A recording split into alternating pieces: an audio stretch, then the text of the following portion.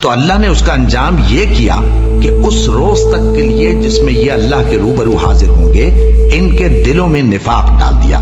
اس لیے کہ انہوں نے اللہ سے جو وعدہ کیا تھا اس کے خلاف کیا، اور اس لیے کہ یہ جھوٹ بولتے تھے۔ کیا ان کو معلوم نہیں کہ اللہ ان کے بھیدوں اور مشوروں تک سے واقف ہے، اور یہ کہ اللہ غیب کی باتیں جاننے والا ہے؟ جو مسلمان دل کھول کر خیرات کرتے ہیں اور جو بیچارے غریب صرف اتنا ہی کما سکتے ہیں جتنی مزدوری کرتے اور تھوڑی سی کمائی میں سے بھی خرچ کرتے ہیں، ان پر جو منافق تان کرتے اور ہنستے ہیں اللہ ان پر ہنستا ہے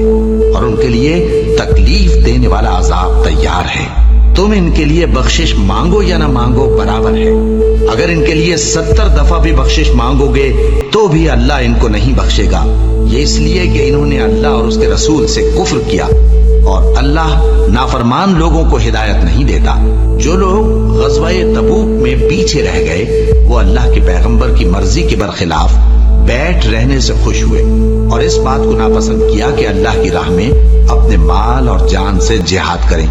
اور دوسروں سے بھی کہنے لگے کہ گرمی میں مت نکلنا، ان سے کہہ دو